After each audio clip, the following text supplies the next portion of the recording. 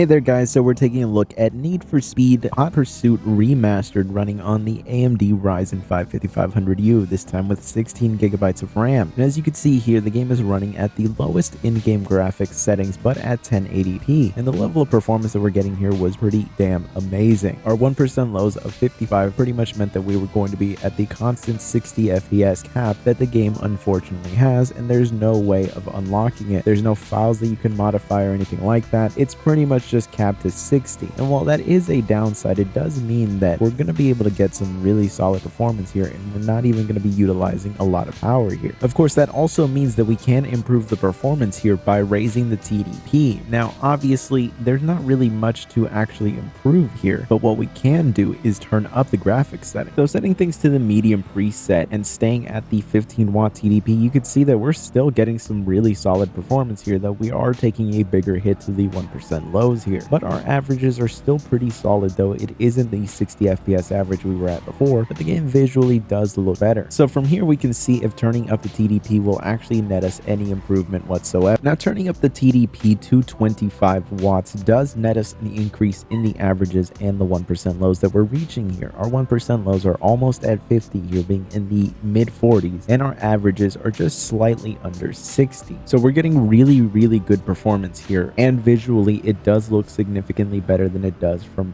the low settings. And honestly, turning up settings past this really isn't going to give you some diminishing returns. So already you're running things at essentially the best in terms of performance and visuals. Of course, the 1% lows still aren't the most ideal here, and our averages could still be at 60. So we can try to turn up the TDP a bit more with going with the performance preset, and let's look at that right now. And you can see here that going with the 30-watt TDP didn't really do anything to improve the 1% lows, though our averages are now at 60. We didn't really see much of an improvement in general, and the temperatures that we're getting at are starting to get into the range where realistically I don't think you should be playing on long term. So there is no real gain to going with this higher TDP, and I think going with 25 watts is about the best spot to go with. And if your system can't handle that, you can always just play the game at the lowest graphics settings at 1080p, or play them at the medium settings and have a just slightly below 60 FPS average gaming experience. In general, I don't think that you're going to really have a bad time with either one, and I think that the visual increase with going with medium is worthwhile, but that's up to you. But anyways, I hope you found this video useful. If you did, be sure to subscribe and check out the G2A link down below to try to get yourself some cheap games and help support the channel. I will see you next time.